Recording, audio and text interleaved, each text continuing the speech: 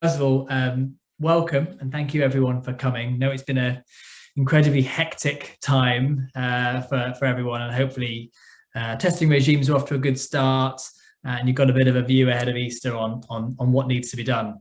My name's Richard Angus, so I'll just pop into this next slide here. So my name is Richard Angus, Head of Education Partnerships here at MyTutor.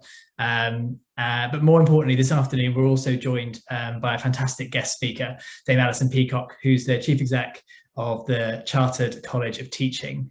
And she'll be sharing some of the innovative thinking that she's been involved with around the future of assessment and possible alternative models for assessment in the future, which, you know, has been thrown into sharp relief, I think, by everything that's going on this year and how we're looking at assessment now and in the future. So in terms of, you know, why we're here, as you're probably painfully aware, COVID pandemic has put the issue of exams into sharp relief, particularly last year, as we grappled with the cancellation of exams and struggled to find a fair and workable alternative.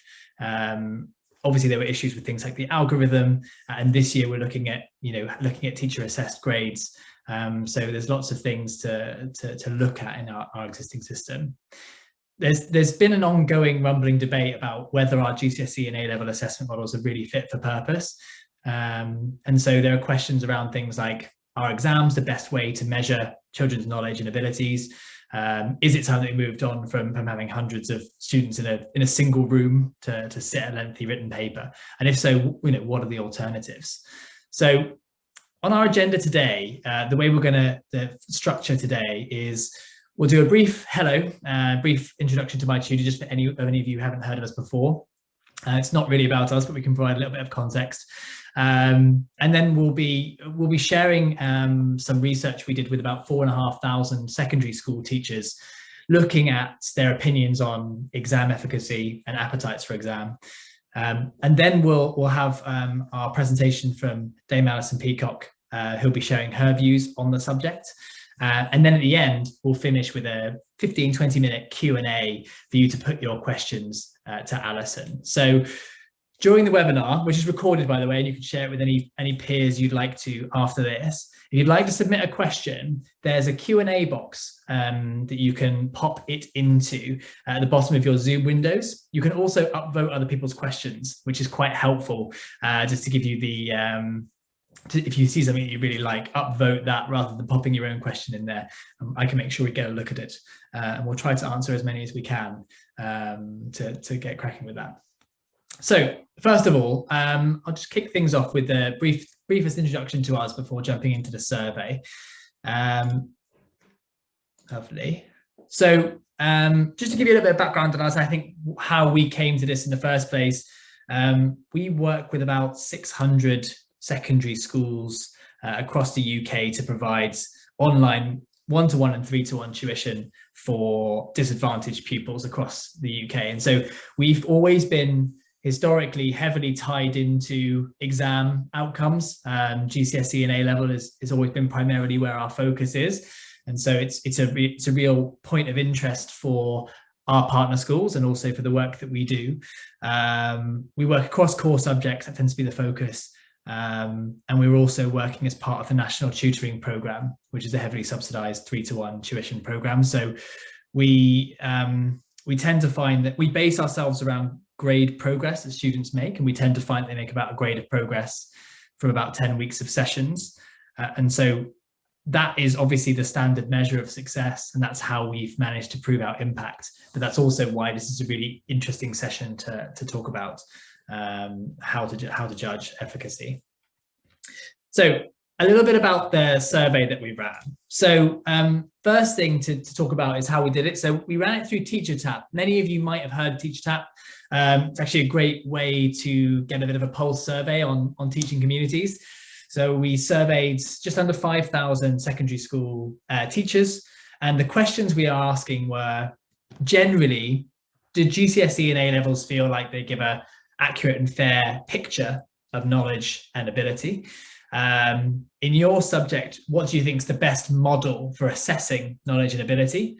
And then finally, given what's gone on with the pandemic, should we consider reforming how assessment works? So those are the 3 questions that we asked and put to our teachers. And we had some interesting insights that came from this survey. So first thing is that it seemed across the board in terms of subjects, about 71% of teachers agree that exams are broadly fair and accurate. There are some considerable differences, which is interesting. So in maths, we saw anyone who's a maths teacher among you might recognize this. Most in agreement with the statement. So 83% said absolutely. The arts and English was a lower percentage. There was also a real variance in level of deprivation. So in more deprived areas, 61% agreed versus more affluent areas, 78%. And we measured that just as an aside on free school meal percentage, which is relatively primitive, but it's a good one to go off. When it comes to which assessment model is best, there are actually lots of different. We presented a few options, and it's a really mixed bag, and it was really interesting. So, we said, is it a final end of year under course exam? Is it a modular exam? Is it coursework or assignments? A combination, or teacher assessed grades, or some other approach? And what we got back was that if you look at the pie chart, there's differences of opinion in the main. So a third of teachers believe that combining coursework and exams is the best model, so marginally came out ahead. But this really did differ quite a lot based on the subject that was being taught. So end of course exams most popular amongst things like maths, then science,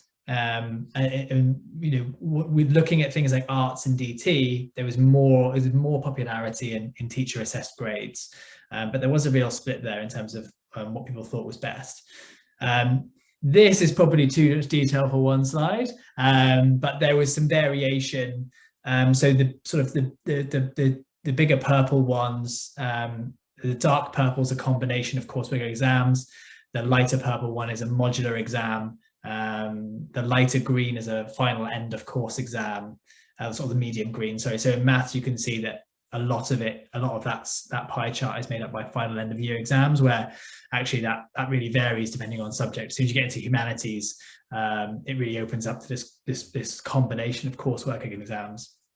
I'll send this to you so you can do a bit of a dive, but the idea is it's a mix in terms of what people are thinking.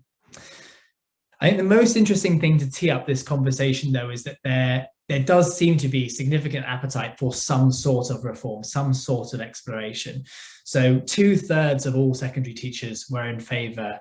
I'd be really interested in your perspectives on this, as well as secondary teachers and leaders. But we found that 2/3 of secondary teachers were in favour of the government considering reforming how exams take place. So head teachers most in favour, 83%. And we found there was slightly less likely to be in favour of reform in outstanding schools. This is a bit of a highlight there. But there was, overall, the majority of people were advocating for at least to have a look at it. So that's a little bit of insights from our data. We have some rawer data as well, which we're always happy to share. But those are some things that came out of it that we thought were really interesting. So I think with that, it's probably a good space to tee the conversation up here for Alison to talk us through some of her slides and some of the insights that she's had in her role around assessment. So Alison, I'll let you take it away, but I've got the mouse, so just let me know when you want to change over. Okay, thank you very much, Richard. So if I can have the first slide, please. I've spent a lot of time thinking about assessment throughout my career as a teacher, both in primary and secondary school. But most of this has been centered around learning without limits. So if we have the next slide, you'll see examples of the books that we've produced around thinking about learning without limits. Now, a learning without limits approach to assessment, to schooling, to pedagogy, to curriculum is about setting the highest expectations. That's what it says on the tin, learning without limits. So trying not to close the door on children. And in fact, this works for adults as well. So the whole approach, if I can have the next slide, is around transforming learning capacity. The idea that everything that we offer within the school should be aiming to set the highest possible expectations across all of the domains of learning, the affective, the social, the intellectual, and that the way that we best do this is to create a culture both internal and external to the school, where there's a real powerful sense of co-agency, where the students and the teachers are both aligned in what they're trying to do, where everybody is included, not just the convenient majority, and all within a climate of trust. I can have the next slide, thank you. So this is essentially about how we shift the culture. I've got a comment in the box that you couldn't read the yellow, I'm sorry, it's the way the slides come out, we'll send them on to you afterwards. Essentially what we need is a culture where we move beyond fixed thinking. So a learning without limits culture believes that there is an opportunity to change, that anything might be possible. Now we have to, I believe, think like this if we're going to be teachers who are going to assess in the highest possible way, have the highest set of expectations, because if we allow ourselves to think that everything is stuck, everything is fixed, nothing can change, then we allow ourselves to be subject to unconscious bias, to assuming that certain parts of our community will never achieve, and so on. Now, just to give you a short story around this, when I joined a primary school as a head teacher, it was a school, it was in special measures, and as head teacher there, I was trying to bring in this culture of learning without limits, but one particular, I'd only been there a couple of weeks, a parent came to see me and she said, Mrs. Peacock, this school thinks my daughter's stupid. And I said, well, what do you mean? And she said, well, my daughter's in year 4 and, you know, the teacher doesn't think that she's capable of anything and she's very clever. And just because her brother's not being able to do things doesn't mean she can't, and so on and so forth. Anyway, I went to visit the classroom. I went to see what was going on in this classroom and to see this little girl. And in fact, the teacher who was in that classroom, that year 4 classroom, was the only teacher that I needed to move on. She subsequently left. I didn't sack her, but she subsequently left the school, and the teacher who replaced her became the deputy head. Now, Rebekah then was in Simon's class, the deputy head's class, in year 5 and in year 6. And he believed in giving everybody a chance, giving everybody the opportunity to flourish, assuming that everybody was capable, as opposed to assuming that some people were and some people weren't. So if I can have the next photograph, please, the next slide. This is a picture of Rebekah, who here is Young Engineer of the Year at Imperial College London. So she went from being in that classroom in year 4, where the teacher assumed that she wasn't capable of doing very much. She was sitting at a table with a label on her desk when I went in to visit that day, the full stops. It was an English lesson. All the groups in the class had labels. Her group was the full stops, i.e. you're going nowhere. Other people were at the dizzying heights of the exclamation mark, but Rebekah, her teacher assumed, was going nowhere. And in mathematics, Rebekah was often found under the table. She hated the subject so much. So a teacher makes a massive difference. We know this. The teacher in the classroom makes a massive difference, but also the culture of high expectations makes the difference too. I can move on to the next slide. So building a culture of opportunity for everybody is essential to this approach to assessment. This is about assuming that we can learn from children, that they have something to tell us as we're teaching, because the most difficult bit of being a teacher is matching task to what the children are capable of doing. So when I became leader of a school in special measures, I realized there was massive underachievement throughout the school, and it was about how do we create a culture of challenge? How do we make sure that children always have the opportunity to surprise us through challenging themselves, but also being in a situation where they can try the next thing without feeling worried about taking risks. So all of this is about a sense of purpose and a sense of self. If I can have the next slide, which also comes from a culture where we listen. Now, this is not about being soft and anything other than creating an opportunity for youngsters to say, I can already do this. We learned this last year. I already know the answer to this. If you've got a listening culture, that's not about youngsters being rude or undermining the teacher. It's about a thirst for learning, which is what we need. So if we take the next slide. There's something really important about assessment. There are 3 key areas of being a teacher. There's pedagogy, curriculum design, and assessment. And each of these must reinforce the other. My worry about assessment is that too often chasing the exam grade becomes the most important thing, both for the student and for the school, because the exam grades are what we're measured on, what we're held to account by. The league tables are related to exam grades. And too often, that tail wags the dog. And it strikes me that we need to be much better being much more nuanced about assessment, that it's low stakes. We need more low stakes assessment, less opportunities for high stakes assessment. High stakes assessment is where there are too many masters, if you like. So there's the outcome for the student, there's the outcome for the cohort, therefore the teacher's performance too often, but then there's also the outcome around that standing that the school has in terms of exam results. So too many different things are placed upon the assessment. And essentially what we need is assessment that helps us understand the individual so that we can keep on building their capacity to learn. We talk about transforming learning capacity in Learning Without Limits. And essentially this is about transforming, as much as anything, the teacher's expectations of the students. The students who present in a certain way, how else can we help them to really excel and exceed where they currently are? So if we think about the different ways we might do this, before we move on, in an example that you could give of a class, say at the top end of Key Stage 2, maybe they're learning about digestion in science. One of the things you could do is just give out the outline of a body shape to that class of children before you teach that unit and say to them, when you put food in your mouth, what happens to it? Draw on the diagram, show me what happens to that food. And then label that diagram, please. And then when you finish doing that, hand that back in. So then you've got a kind of an assessment of where the children are in their current level of understanding. Then maybe a couple of weeks later, you've taught about digestion, you've taught about the digestive system. You then hand that same diagram out and you say to the children, okay, blank diagram again, draw me, show me the diagram of how digestion takes place and label it. Straight away, you've got a very clear way of seeing who's understood, who's increased their knowledge between where they were at the beginning, what they know now, where are the common misconceptions, what else do we need to still teach? This needs to be something that is constantly part of what we do as teachers. And we do this intuitively and instinctively, but we don't think of it as assessment because it's not been set by someone else. It's not formalized. It's not a test that's arrived wrapped in plastic, but actually it's assessment that helps us be better teachers.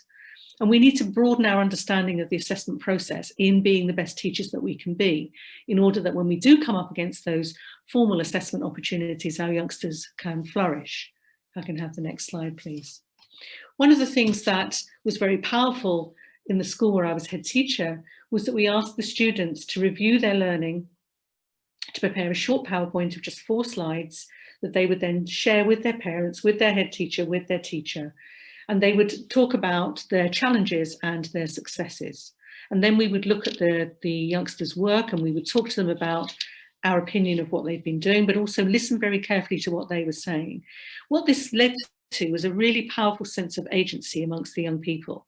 So given that this was a school in special measures, the youngsters suddenly started to really come to life in terms of what they could do. They'd been underestimated massively. And the attainment in that school went through the roof. We became, within a year, the school was in the top 100 most improved schools. And one of the things that caused that was that sense of not being passive and waiting for someone else to make a judgment on my learning. I'm going to provide an insight to my family, the people who love me and care about me the most, to tell them what I'm doing and how it's working. But also we would talk to them about what they needed to do next, not in terms of grades, not in terms of national curriculum levels. At this point, we were one of the schools that was amongst the first to remove national curriculum levels. We were talking to them specifically about the curriculum, what they needed to understand next, what their next challenges would be.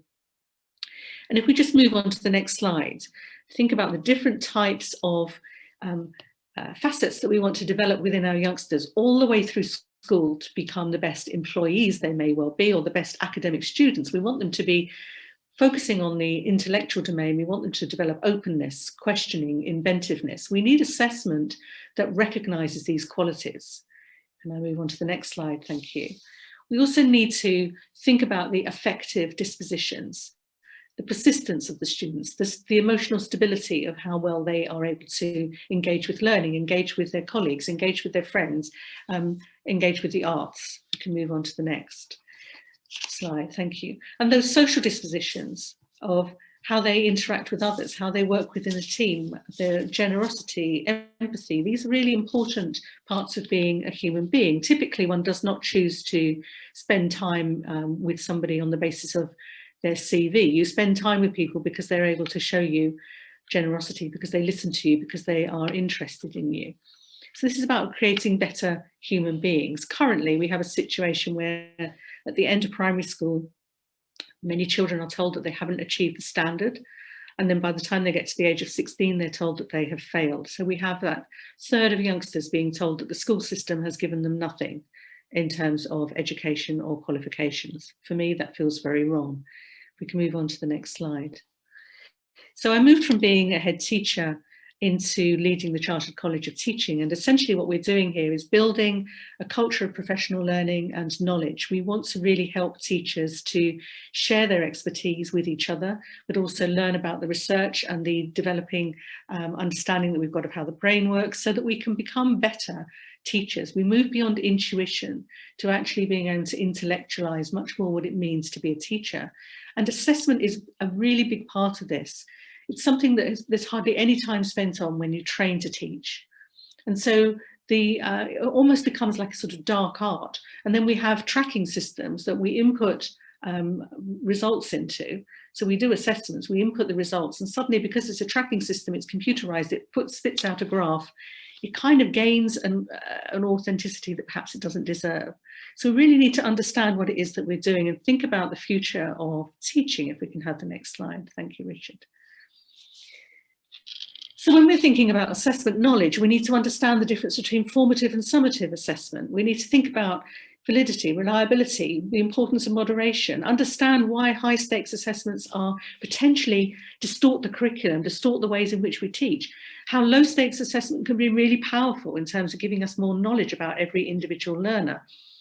How we need to understand that actually at the moment, our assessment system at the end of each year, when we think about the qualifications at GCSE and A-Level, these are norm referenced assessments, i.e. there will only ever be 2/3 of youngsters who are deemed to pass those exams. They're not criterion referenced. They're not based on how well do people answer the questions regardless of everybody else. They're norm referenced.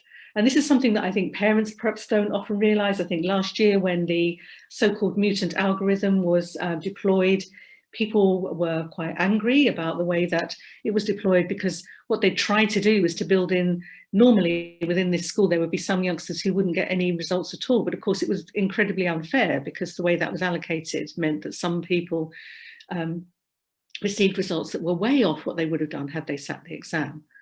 But the actual reality was that we always have in this country at the moment a norm reference system. We can move on to the next slide. Thank you. Whoops, go back again. So yes, thinking about last year, that Mutant algorithm, this year, we've been told that by our Secretary of State that he's going to trust teachers, not algorithms. And so, you know, my own sense is I'm really quite worried about this, because actually, whilst we're pleased to be trusted, we always want to be trusted as a profession. The reality is we have to be able to conduct assessment within a framework in order for it to be rigorous, in order for us to make sure that when we allocate a grade in Newcastle, it equates to a grade in Cornwall. We've been told that the examination boards will produce information on the 31st of March. This was told to me again yesterday by the Minister at the DFE, that they were on track to produce this information, but they had no insights as to what that information would look like. At the Chartered College, we have invited people to come and talk about this on the first day of term, so that teachers and anybody can join this, can come to listen to what's actually been put forward. I suspect many, many teachers will spend their Easter holiday looking at that information and seeing how they can possibly implement that and what they can do to make sure that they've got a process that is likely not to be challenged. There's a real issue around potential for parents challenging grades. The process around private examinations has not yet been announced. And again, Minister Gibbs said yesterday that was something that they were working on at the moment. Time is of the essence here. And as you know, exam certification will be provided by exam boards in August. And then the appeals will go back to the schools. Excuse me, if you could move on to the next slide, please. Just to say, if you were interested in joining the Chartered College, please do. It's really reasonable. That's £1.88 a month for NQTs. Final slide. So there are various groups at the moment who are thinking about this, thinking about the injustice around the forgotten third. So there's a group called Rethinking Assessment. They have a website. You'll There's lots of information there you might want to look at. I'm a member of that group. There's a commission that's being run by Pearson, by an example. There's another commission that's being run by the University of Glasgow. All of these groups are trying to see, what do we do? Do we maintain the status quo? Do we explore alternatives? Can we understand what parents and wider society want, what young people think is fair? We need to understand what's being done internationally and what the universities need. So to try and change those terminal assessments is a big piece of work to undertake. And first of all, we need to understand the appetite for it. You could see from the teacher tap data at the beginning of this presentation that actually we're pretty divided. And that's just the teaching community. This is something that affects everybody. It affects grandparents. Everybody thinks they know about GCSEs, vocational examinations, assessments. It's something that people get very hot under the collar about. But actually, at the moment, it's not fair. It's patently not fair when you've got so many youngsters who are told you've got nothing at the end of school. So do we need to broaden the system? Do we need to make sure that we've got other things that we can offer those youngsters? Do we need to think differently about whether it needs to be an assessment at a particular age or whether it's about lifelong learning? Do we need an assessment at 16 when actually youngsters don't leave school at 16 anymore? So the whole purpose of that was to be able to provide a recognition at the end of that phase of learning. Whereas in many cases now, youngsters stay in full-time school until they're 18. So we just need to look at the whole system. And essentially, because we've had the pandemic, you know, people tended to think prior to 2020, all of this is too big, it's too difficult to worry about, it's not something we can think about. But actually, the world stopped, didn't it? And people got off for a while. And maybe if there's ever going to be a time to say, do we want to go back to where we were? Well, we want to go back to the best of where we were, but we don't want to necessarily perpetuate some of the things that weren't working terribly well. So it's an opportunity to engage in a debate. And essentially, I'm interested in this because I'm really worried that too many children are told at too many stages in their education too early that learning's not for you. And I think it should be for everybody. So that's my provocation, if you like, Richard. Thank you very much. Lovely, Alison. Thank you so much for that. Some really interesting points there. We've had some questions come through that, if you're happy, I'll put to you, and we can explore those. So one that oh, and just by the way, I think T Dolan raised your hand. If you have a question, just pop it into the Q&A, and I'll be able to see it a bit more clearly there. So that, go for that if you've got a question or comment. So Adriano says, and this is, I think, a bit more on specific model for exams. Are mini tests throughout the year the better model versus the old model of having exams at the end of the year? In doing so, helping to promote engagement throughout the year, not just leaving it till last minute. We had a bit of engagement from other attendees on that. What's your take on that, Alison? So I think there's, as you saw with the data that you showed us earlier on, depending on your subject, depends on the assessment that's best, I think. So if you are an arts-based teacher, it may well be that actually those kinds of mini assessments, mini tests aren't terribly helpful, because it may be that you're building up skills over time and you want to focus more on coursework. On the other hand, it may be that you are teaching a subject where you have different units of work, and then you move, I don't know, maybe with something like history, where you study a particular period of history, and it would be useful to have an assessment at some point during the year related to the unit that you've just taught, because you're about to move on to something that's different. And of course, there will be links, but there may be areas that are discrete that you may feel it's helpful to assess against.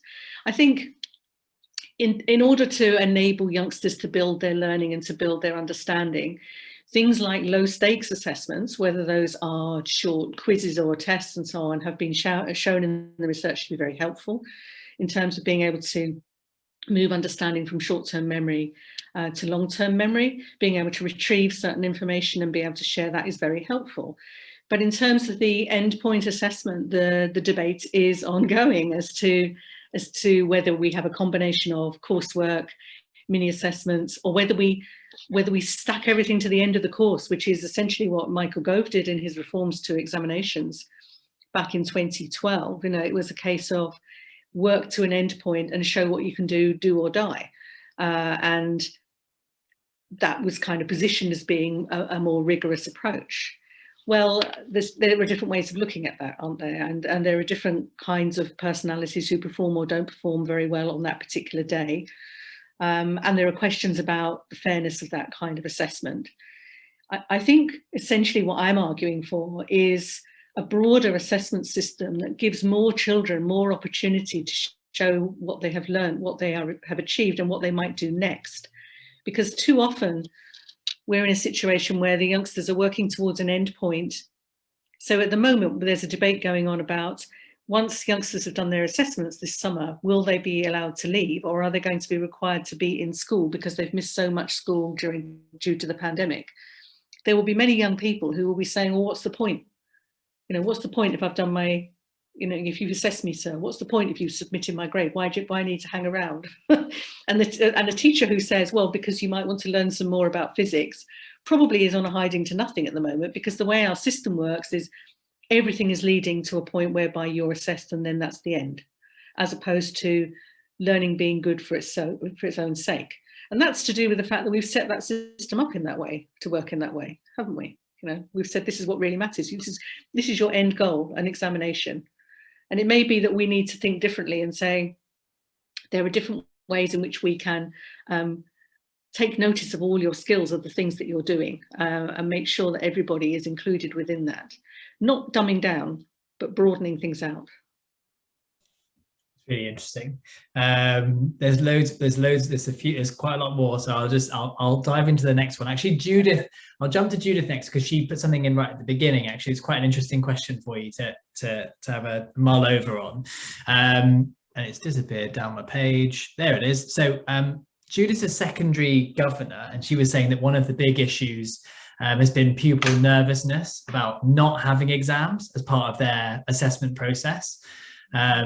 Is there any sort of advice you potentially could mull over on how to reassure them in that scenario? So that's completely understandable, isn't it? Because our children have been told all the way through school, this is what they're working towards. So as soon as they arrived in nursery, the end point was they were going to be working towards getting those examinations at 16 and 18. So suddenly to have those examinations taken away, and then for a lack of certainty across the system. So however dedicated and brilliant the teachers are, they weren't able to tell their youngsters, this is what will replace the examinations. In fact, they're still not able to tell them, because, as I've said, the results, the advice is not going to be published until the 31st of March. So youngsters will go off for their Easter holidays, still not knowing what is the exact criteria that they will be assessed against. And the teachers are in exactly the same situation. Now, at the Chartered College, we wrote to government back in September, together with the Chartered Institute of Educational Assessors, and said, we don't know whether examinations are going to go ahead. Clearly, things are very uncertain. Why don't we look to put in place a series of moderated assessments across this year, so that we don't have the same situation that we experienced last summer, so that we are actually able to reassure people that there are other things along the way, almost kind of sort of signposts along the way to help people know what's going on in terms of assessment. But government were adamant that schools would be open and everything would be fine. So of course nervousness builds, and there's nervousness amongst teachers as well, because our whole careers typically are based around, and our professional pride is based around, how well do our youngsters do in their exam class? You know, this is about you know, what we're seeking to do when we teach those classes. We're wanting our youngsters to do really well. We care about our students, and we also feel it's a reflection on our teaching. So if you take that end goal away, no wonder people feel worried about it. Of course they do. Yeah, it's a natural thing to be worrying about at this stage, isn't it? Of course it is. There's a couple of interesting comments about apprenticeships, vocational stuff, being and sort of not necessarily but having parity of status within this whole process. And so people like David is saying, you know, emphasizing other options as apprenticeships, like what do we do there, or vocational stuff alongside the academic route. We've had Andrew Griffith talking about the Tomlinson proposals for moving beyond the gold standard of A-levels and proper status for vocational qualifications. What's your view on those bits, Alison? Yeah, so I think that there's definitely a lot of work to do in this space. As we know, we've got new T-levels coming in, which are meant to be, if you like, the gold standard of vocational qualifications. But it's always been an area of education that gets overlooked. And if you think about the ways in which this works in some other European nations, vocational education is much better understood. It's much more linked to employment. We had the model to moving towards UTCs in this country, but what was difficult about that, of course, was that there was a real disincentive for head teachers to, you know, say to their 14-year-olds, go off you go to the UTC, because they were going to lose them from their own league table results. You know, everything is so driven by the high stakes league table system that it kind of gets schools into a vice grip. And it's, you know, it's no individual school's fault, but this is exactly one of the reasons I was talking about the fact that actually sometimes these high stakes assessments are they're damaging, because they go beyond what's best for the individual to looking at what's best for the school. And really we need a system that is best for the individual, because it's the individual student whose life is either enhanced by the learning that they have and the qualifications they receive or not. And so I think there's a piece of work that definitely needs to be done around making sure that we look at those vocational routes. I think the Tomlinson review, many people would say, is the review that we all wanted, and it just never quite came to fruition. It just sort of faltered at the last hurdle, and there are many of us that would say that was a great shame. But it doesn't mean that we can't look again. I think politicians probably would rather we didn't, because it's all probably not something that they have an appetite for.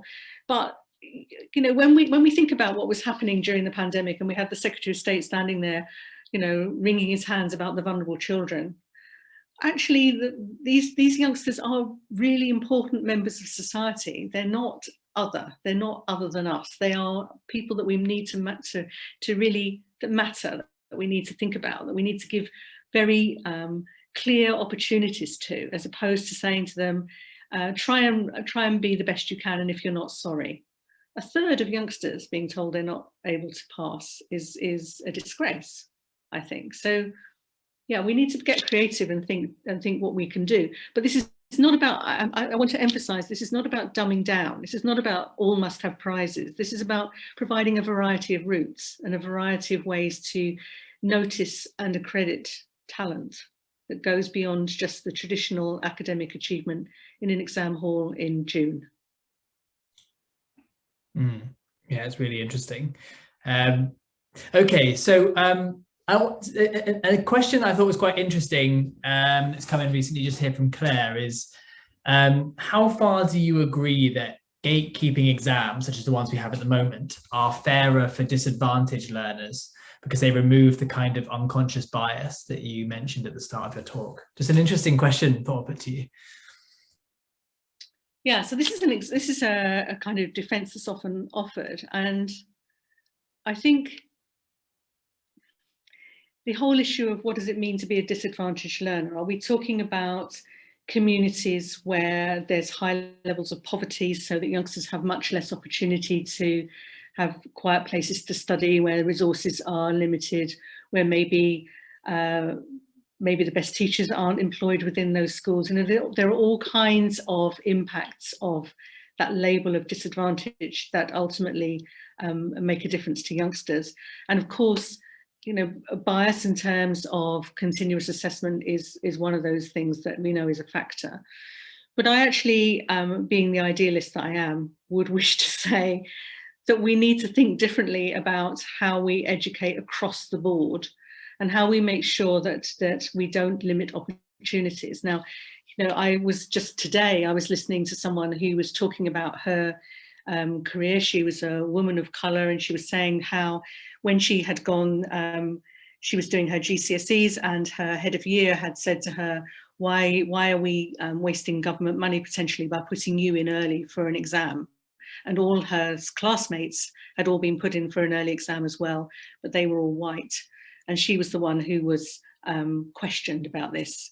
And she sat the exam and she passed the exam and she did really well. So there are lots of there's lots that's wrong with our system, and one needs to do something about that. But I think that sort of that defense that says it's all about making sure that we keep an even playing field for the disadvantaged, it's not an even playing field, is it? Because if you think about those youngsters who might be sitting those same exams and they're at a very privileged independent school, they've got a lot more resource in terms of being able to study. So we have a very unequal society, and we need to recognise that. It's no good just wringing our hands and saying that, you know, these poor children. It's about how we make sure that education is fairer for everybody. I mean, one of the things that potentially could be quite transformative in this space, if we can eradicate the digital divide, if we can make sure that young people have much more access to devices, then all of the learning that is now being placed online during the pandemic, you know, if that's available, regardless of the time that you can spend in school, regardless of the teaching that you have, for you to be able to study further should you wish to, that's something that could be really powerful to help young people who are desperate to study, desperate to get on, desperate to learn. But equally, while we've got libraries that are closed, you know, all of these things make it very difficult. So this is not something that's simple, is it? There are lots and lots of layers to this.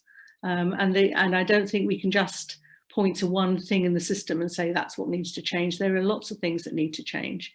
And the whole of Learning Without Limits is about saying we absolutely need to provide opportunities for every learner to excel and to do the best they can. And then to talk about their personal best.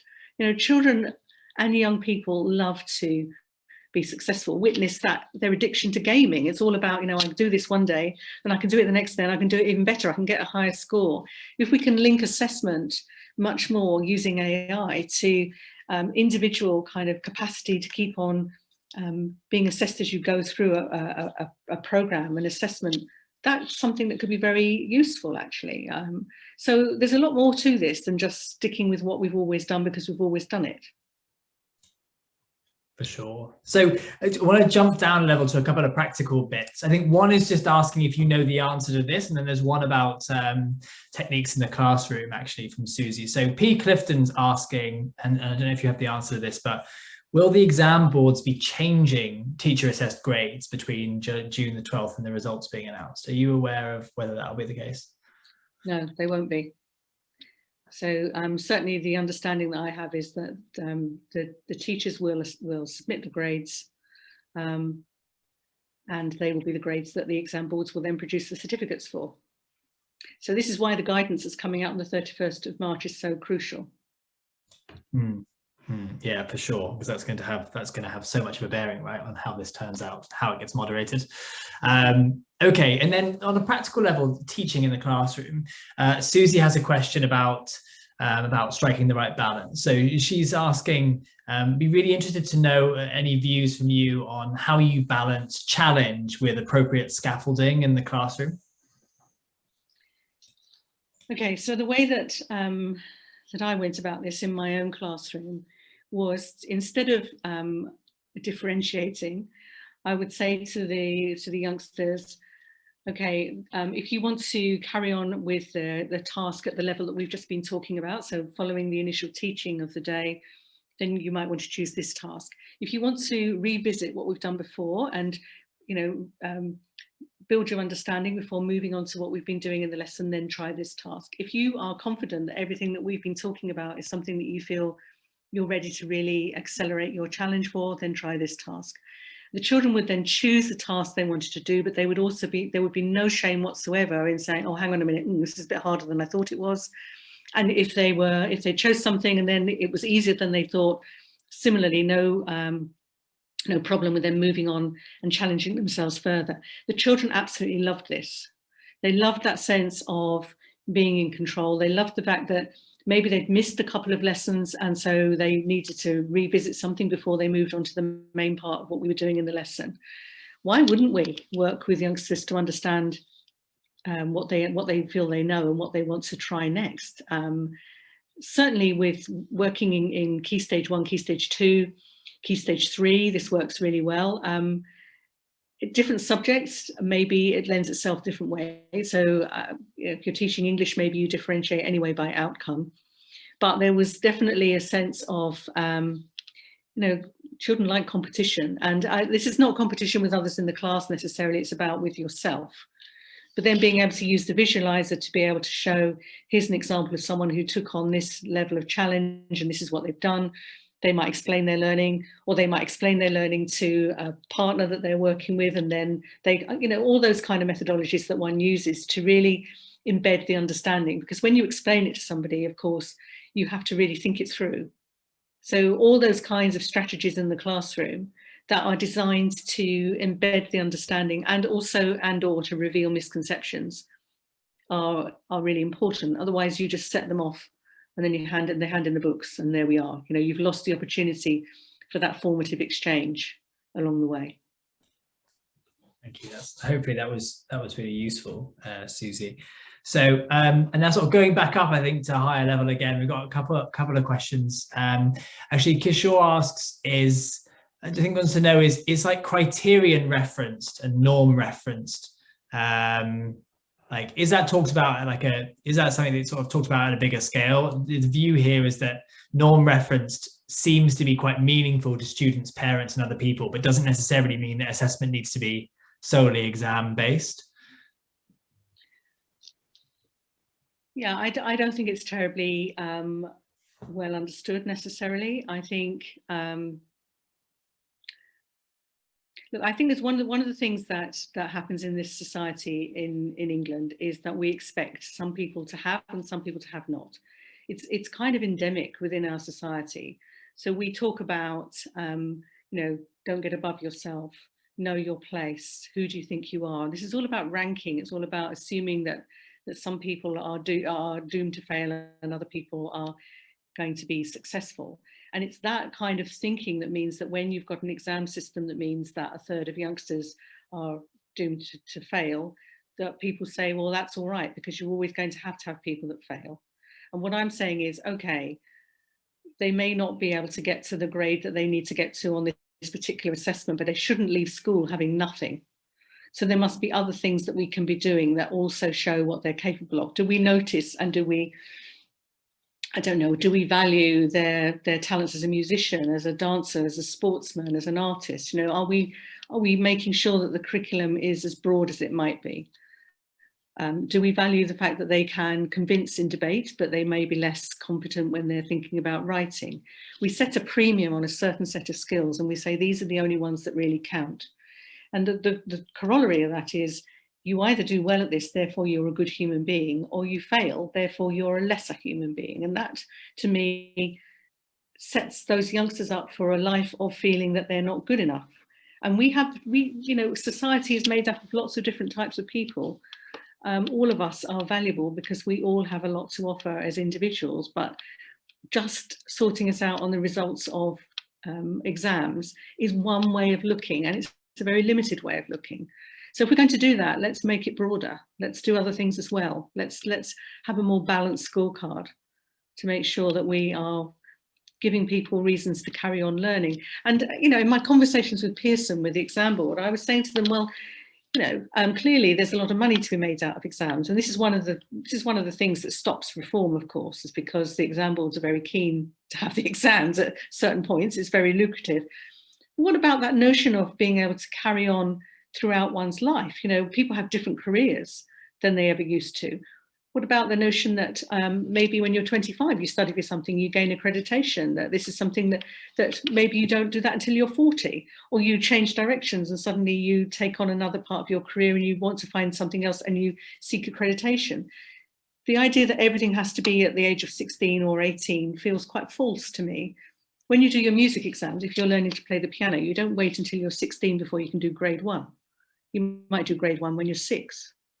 So I think we just need to loosen up some of those barriers that we have at the moment about how we think about assessment and how we think about school and what we think school's for. Yeah. It's really useful. So I've got a couple more questions, I think, and then that's probably about all we've got time for.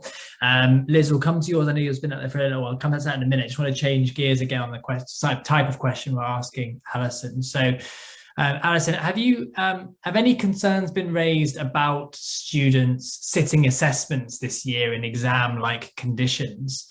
As sort of heads have to know the work is the student's own. Have you heard any sort of any concerns coming out there? Well, look, every school does things differently. I think the advice very clearly from government, from DfE, has been to welcome youngsters back into school, that this is not the time to bring them straight back in and sit them down to do a load of exams, but some schools have, because they clearly feel that's the only way that they're going to be able to assess what children know. The thing is that assessment is complex, and teachers often feel that the only way they can reliably work out what a youngster knows compared with what their friend knows is to sit them down in test conditions and ask them to perform. So it's understandable that some schools, particularly as we're coming towards the examination period that would have been, are doing this, but the advice has very strongly been, please don't do this. Please welcome the youngsters back, wait and see what the advice is, then think about how you're going to assess more formally if you're going to do that after Easter.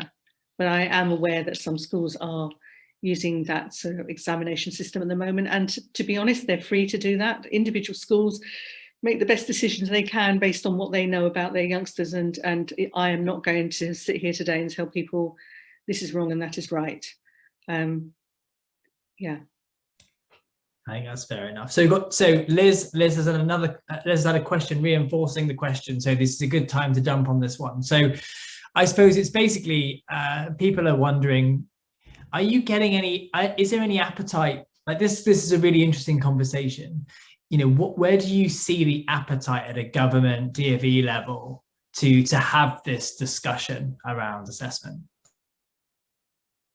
So I've been sharing some pretty radical kind of thinking while we've been talking, just because why not? You know, if education can't be about sharing ideas, then what is education for? Governments, on the other hand, are incredibly conservative, and they know that they've got to take parents and voters with them with any reforms that they might make. So my anticipation would be that reform will take place over a long period of time, that it's much more likely to be at the margins than it is to be anything like any of those kind of things I've been talking about. I'm just setting out what might be wrong with the system that we currently have. You know, it works if your youngsters are able to navigate their way through it, but if they don't, it doesn't work.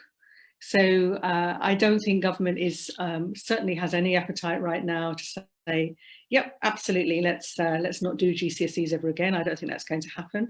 On the other hand, there are lots of people who are beginning to wonder whether an examination that's so high stakes at the age of 16 is the right way to go, and whether we need to be thinking more about broadening and keeping that breadth right the way through to 18.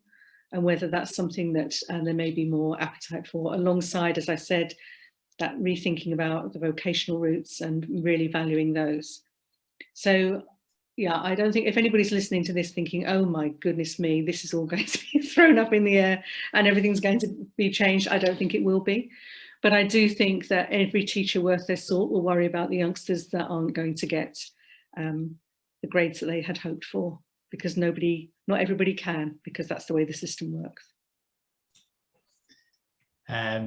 Really interesting, Alison. So I think there are definitely questions around, you know, what we can do to raise the profile of this discussion. It feels important, but I think we're just about at time for now, and so I think. In terms of whether someone asked whether you'll get a recording of this presentation, you will, so don't worry about that. But I think just for now, I think very much like to say thank you very much to Dame Alison Peacock for a lovely, thought-provoking discussion, and these kind of things are really, you know, being able to take some time and space to think about this stuff when there's so much day to day is a really important exercise.